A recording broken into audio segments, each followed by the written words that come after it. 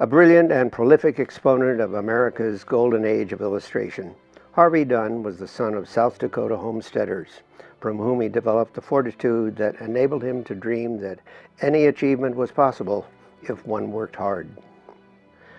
Dunn left the family farm to study at the South Dakota Agricultural College and the Art Institute of Chicago. He became a protege of Howard Pyle, the legendary artist and an admired teacher in his own right, whose other accomplished students included N.C. Wyeth and Frank E. Schoonover.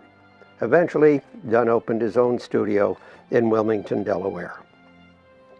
In 1906, Harvey Dunn obtained his first advertising commission from the Kiefel and Esser Company of New York.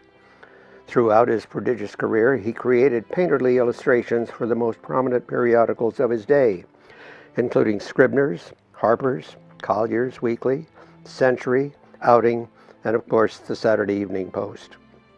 In 1914, 3 years after Howard Pyle's death, Dunn moved from Wilmington to Leonia, New Jersey, which provided close access to his publishers in New York City. The following year, he founded the Leonia School of Illustration with artist Charles S. Chapman.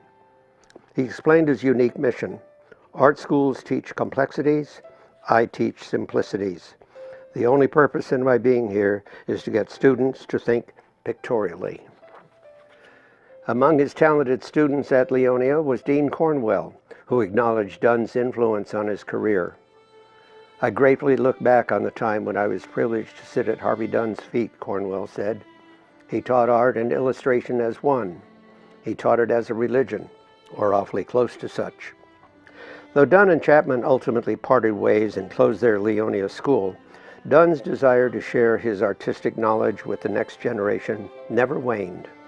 He went on to teach at the Grand Central School of Art, the Pratt Institute, and the Art Students League, inspiring many of the 20th century's most influential visual communicators. Speaking to his students in clear and direct terms, as he was known for doing, Dunn urged them to maintain the passion that first led them to pursue a life in art. He said, "Merely knowing your craft will never be enough to make a picture. If you ever amount to anything at all, it will be because you were true to that deep desire or ideal which made you seek artistic expression in pictures." In June of 1917, 3 months after America's entry into World War I, Harvey Dunn was one of 8 artists who were selected to join the American Expeditionary Forces at the front lines in France.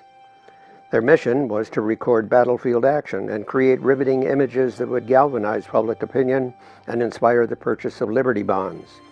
Commissioned as a captain in the Engineer Reserve Corps, Harvey Dunn was 33 years old and had no previous military training. Stationed at Neufchâteau, France, he brought along a sketch box of his own design, fitted with paper on a cylindrical scroll that allowed him to move more easily from one drawing to the next. Attached to Company A of the 167th Infantry, Dunn faced fire himself, recording the company's struggles and casualties firsthand.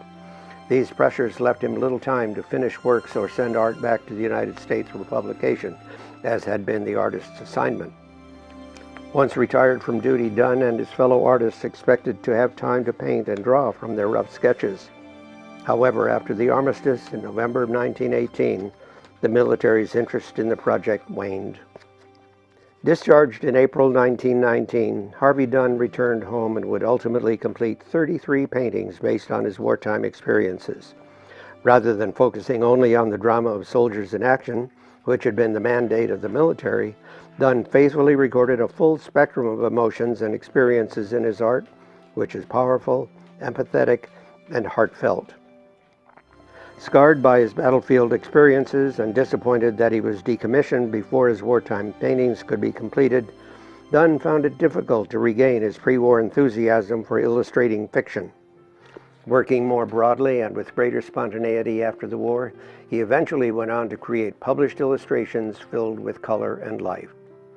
Annual family trips from his adopted home in New Jersey back to his native South Dakota inspired a sense of nostalgia for the simple, rugged life that he once lived. Among his most powerful and heartfelt works, Dunn's prairie paintings are the pride of South Dakota. Life on the plains exposed Dunn to the strength of women whom he saw as essential and equal partners in the homesteading endeavor. Homesteader's Wife, Woman at the Pump, and The Stone Boat revealed a life of hardship endured by women whose unremitting labor never ends. Donne felt that to be feminine was strong, not weak. This he revealed in portraits and figure studies of women whose strong faces and direct gaze are not minimized by the soft layers of reflective light and sumptuous fabrics. For more than a quarter century, from 1915 until World War II, Harvey Donne made teaching an integral part of his life and his illustration practice. Reflecting his teacher Howard Pyle's approach to instruction, he was a passionate advocate for his students and taught hundreds of artists, many of whom went on to become successful illustrators. An accomplished technician himself, Donne was not solely concerned with the teaching of technique in the classroom. Rather, he offered a philosophy of art that encouraged students to embrace the spirit, the emotion, and the dedication that makes one's greatest work possible. When Harvey Donne passed away in 1952, his New York Times obituary announced his passing with the headline, "Harvey Donne, 68, artist, teacher," reflecting upon his ongoing dedication to his art and his strong belief in the value of sharing one's knowledge for the benefit of others.